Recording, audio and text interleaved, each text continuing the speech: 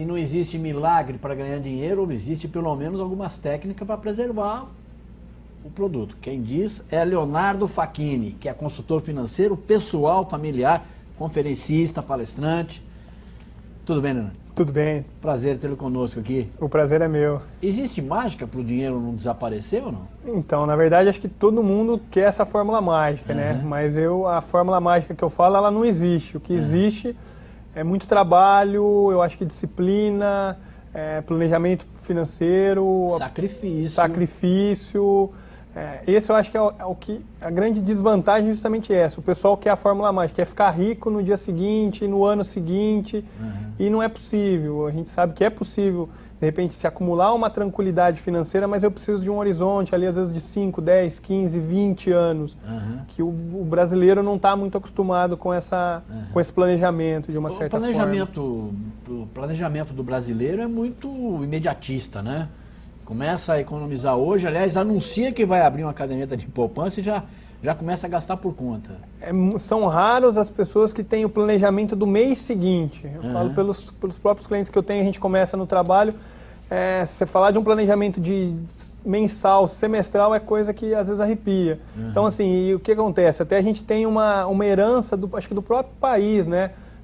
Eu não vivenciei tanto isso, mas a gente tinha um período de inflação muito alto, muito desacelerado. Constante, né? Constante, que até não permitia muito esse planejamento. Eu precisava gastar, porque senão o meu dinheiro não comprava exatamente o que compraria hoje. Se eu não comprasse hoje, amanhã estaria um pouco mais caro.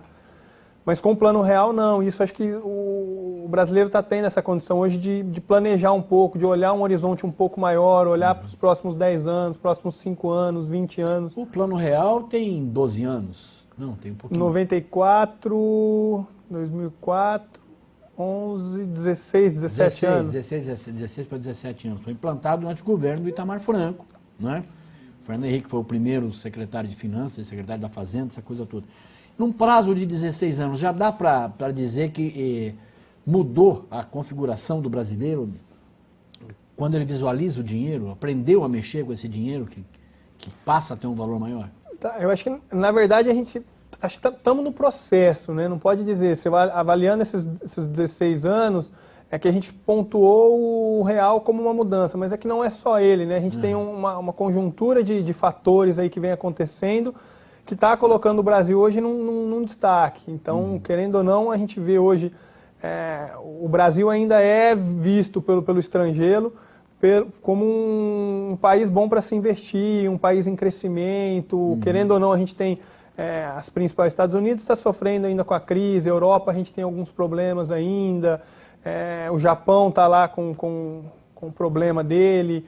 Então, assim, isso eu acho que está dando um pouco mais de tranquilidade para nós. A gente tem Copa, Olimpíadas, mas eu tento frisar um pouco assim, que também não é só isso, tá? Às vezes a gente está olhando muito esses eventos, olhando momentaneamente. Quando eu falo de planejamento financeiro, que de repente eu tento achar como uma fórmula mesmo, é a postura nossa em relação ao dinheiro, tá? Então, independente de... O que, por exemplo? A gente precisa mudar muito a visão que nós temos com o dinheiro, a nossa relação. Eu falo muito isso, a relação que nós temos com o dinheiro. Hoje, a relação, o pessoal às vezes vê muito dinheiro como fim. Você ouve muito, é comum ouvir que o pessoal precisa ganhar mais dinheiro. Eu preciso ganhar mais dinheiro, ganhar mais dinheiro.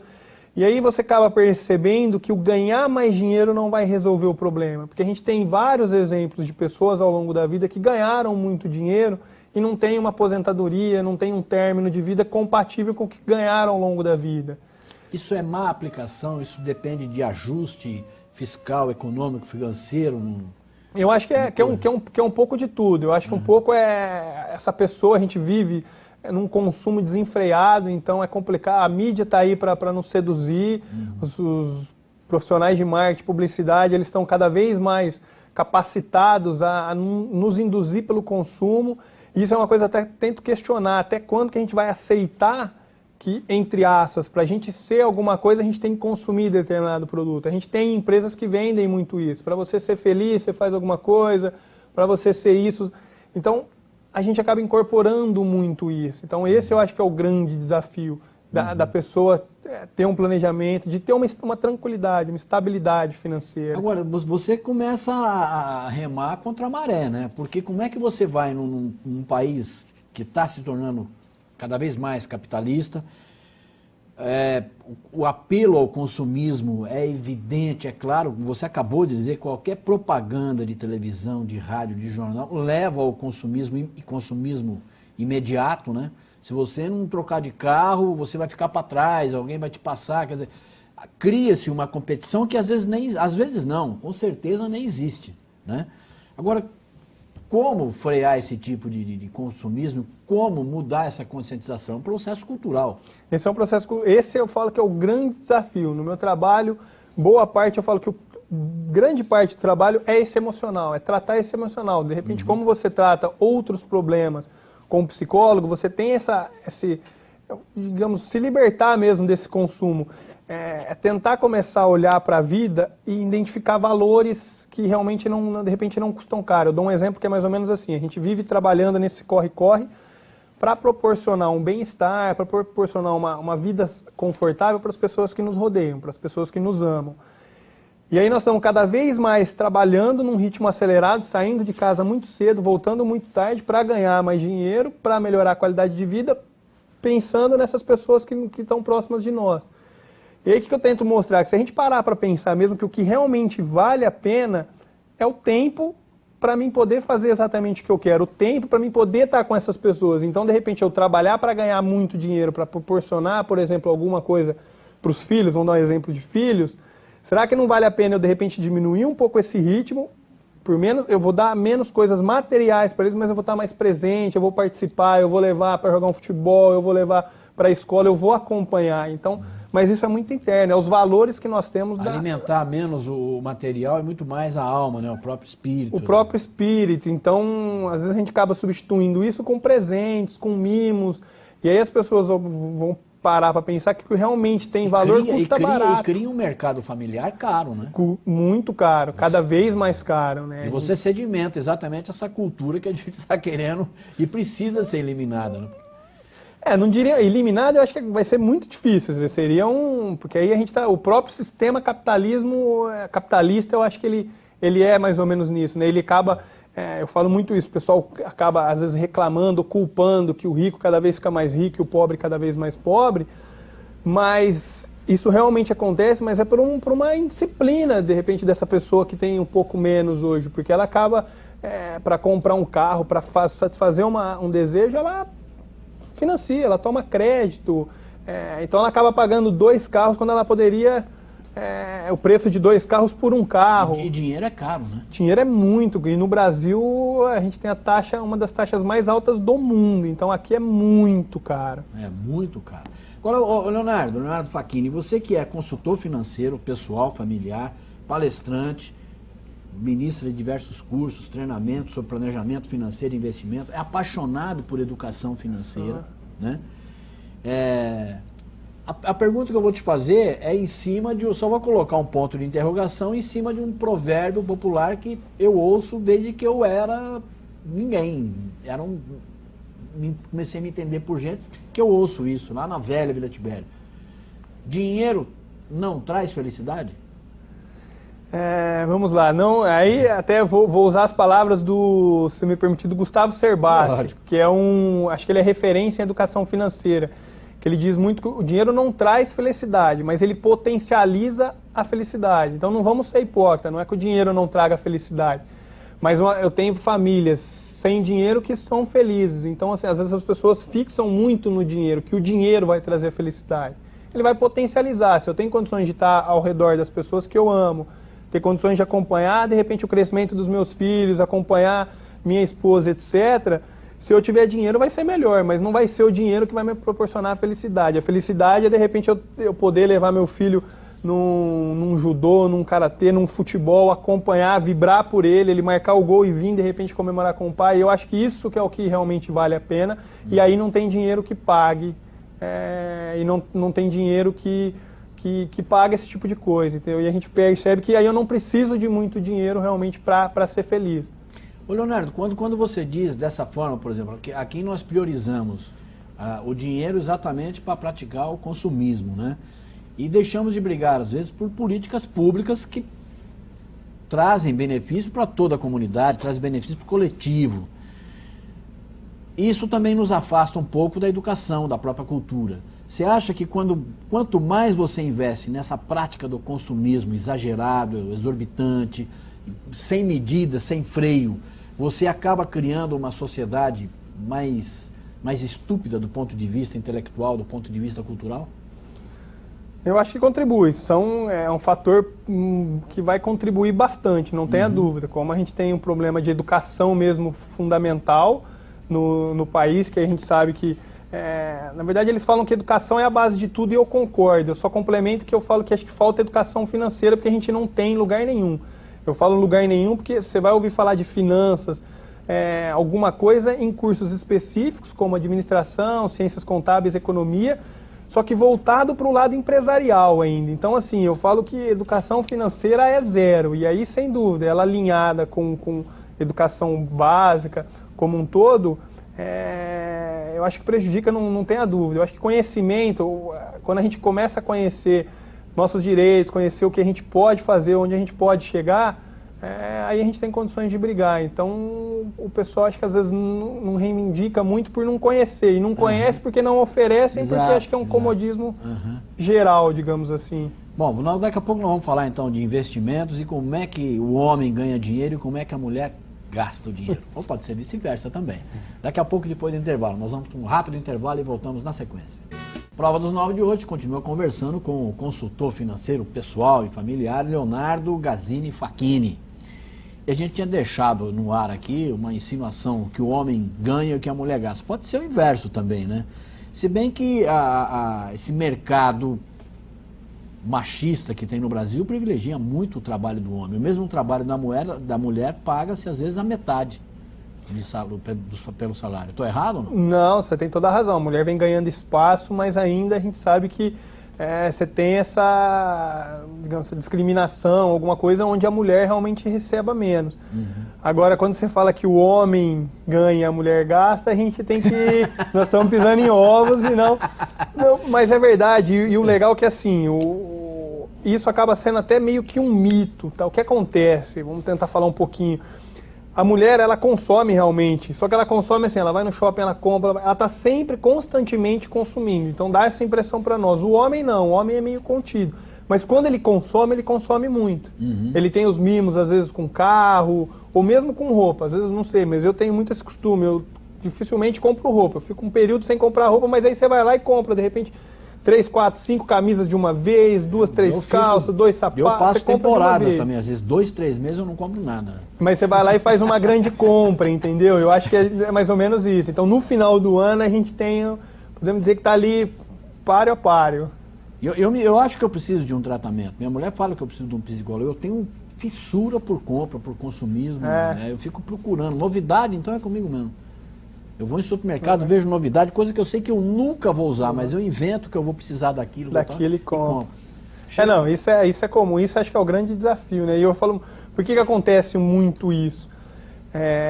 As pessoas não conseguem determinar muito o que realmente elas querem. Às vezes você pergunta, o que você quer para daqui 1 ano, para daqui 3?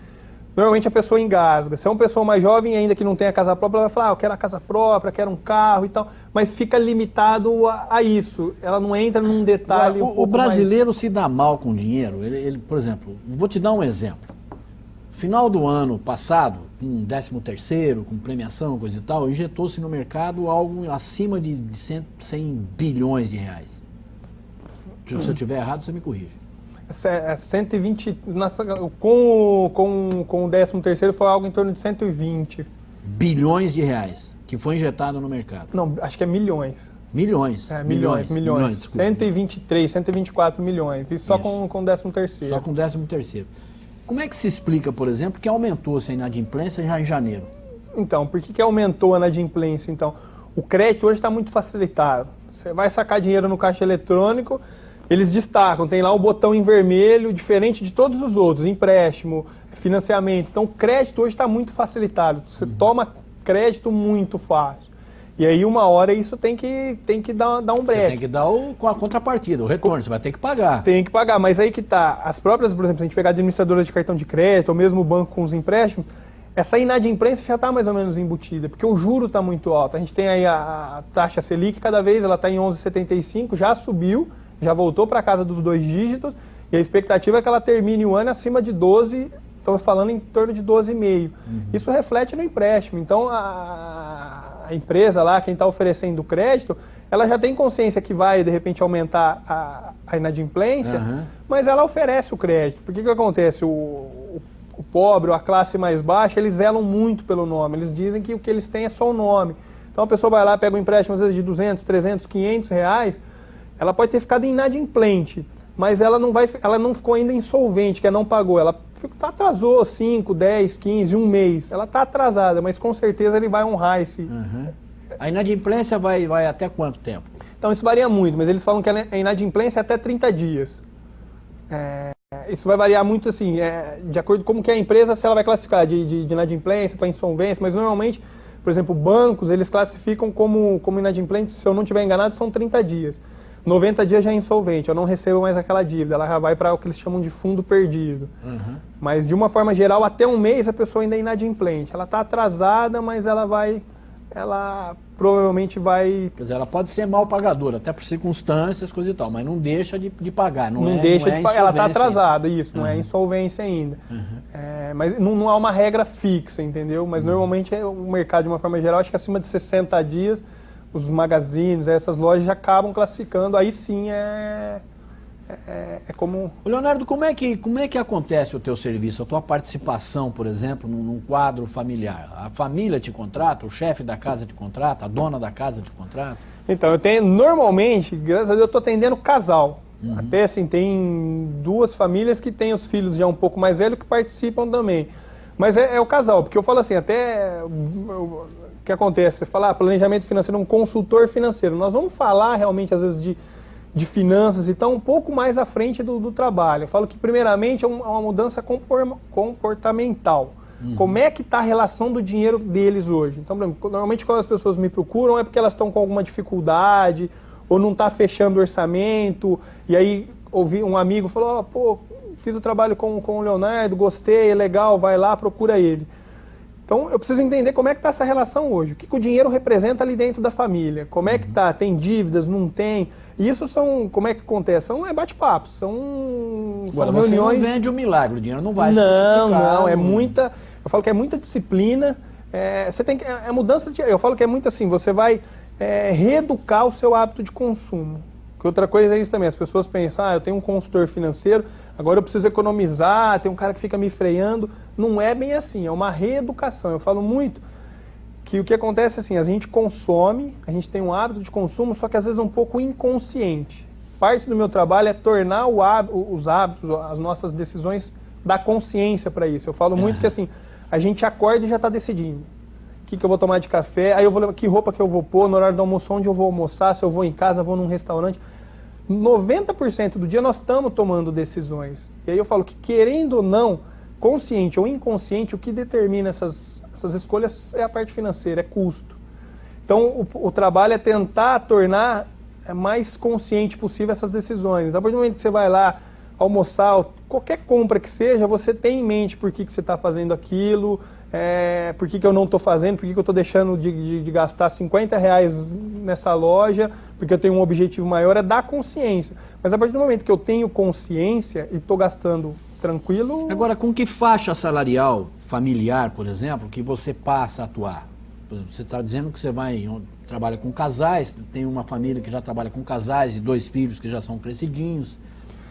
Então, não tem. Normalmente, assim, tem casal que a renda familiar está em torno de 6 mil reais, e aí eu tenho um cliente maior que a renda familiar do casal está em torno de 65 mil reais. Aí dentro dessa faixa você tem uma família de São Carlos que a renda familiar é 28 mil reais. Então você acaba variando muito, mas numa média aí é em torno de 8 a 10 mil reais. Já dá para começar a fazer um... Não, mas aí em termos de trabalho, eu acho que não... Na verdade eu não atendia um casal, eu atendia um idoso, eu atendia a esposa só, não era o marido. Mas que a renda familiar estava ali na casa de 4 mil reais, 4.500 reais. E eu falo muito que assim, está acessível a qualquer pessoa. Até porque, por exemplo, essa mudança, essa conscientização não está atrelado muito a quanto se ganha. Ah, eu vou ter uma renda, tendo uma... Lógico que aí o que acontece é que são situações diferentes, mas às vezes a mesma dificuldade da família de 60 mil reais é a de 10, nas suas devidas proporções. Aí eu estou falando de padrões de vida, padrões diferentes. Mas todas têm que, de repente, tem a casa, tem os impostos para pagar, tem carro, tem seguro de carro e acabam descontrolando. E não adianta, não tem essa. Se você ganha 2 mil ou ganha 200 mil, você tem que ter um equilíbrio nas finanças e tem que sobrar. Obviamente que quanto mais você ganha, a sobra é maior, o investimento no futuro é maior, coisa e tal. Mas em qualquer nível se aplica esse tipo Qualquer nível se aplica, não tem. E aí eu falo muito isso, que não digamos o milionário, mas a independência financeira ela está ao alcance de todos, independente de quanto se ganha. Vamos voltar para a minha infância lá da Vila Tibério e falar com um outro provérbio que tinha lá, que fala assim, dinheiro não aceita desaforo? Ah, sem dúvida. Eu acho que o dinheiro não... Exemplo disso, a gente tem, por exemplo, o pessoal que quer ganhar dinheiro fácil, com jogos de azar, ou com os reality shows que tem nas participação de programas, que eles realmente ganham muito dinheiro. Tá? Se não tiver uma disciplina, se não souber usar o dinheiro, ele vai embora. A gente você pega o exemplo tem pesquisas, né, que eles falam, boa parte dos ganhadores de jogos, Mega Sena, esses jogos, depois de um horizonte de 5, 6 anos, voltam para o que estava ou pior. Você está brincando? Não consegue perder fortunas assim? Conseguem perder fortunas. Isso a gente tem um exemplo que terminou um programa recentemente, onde teve até acho que o Globo Repórter falou disso, onde de todos os ganhadores, 11ª edição, você tem 2 que estão relativamente bem. O restante voltou e eles ganharam, começou o programa com 500 mil, 1 milhão, 1,5 milhão. É uma quantia significante. Mas depois de um período, 1, 2, 3 anos, o pessoal volta ao que estava. E aí que eu tento bater na tecla, que o importante não é ganhar mais dinheiro. Não vou resolver o problema com ganhar mais dinheiro. E aí, provavelmente, quem é assalariado ou quem foi assalariado tem essa experiência. Você ganha um aumento, você fica folgado 2, 3 meses. Passou 6 meses no máximo, você está precisando de um novo aumento.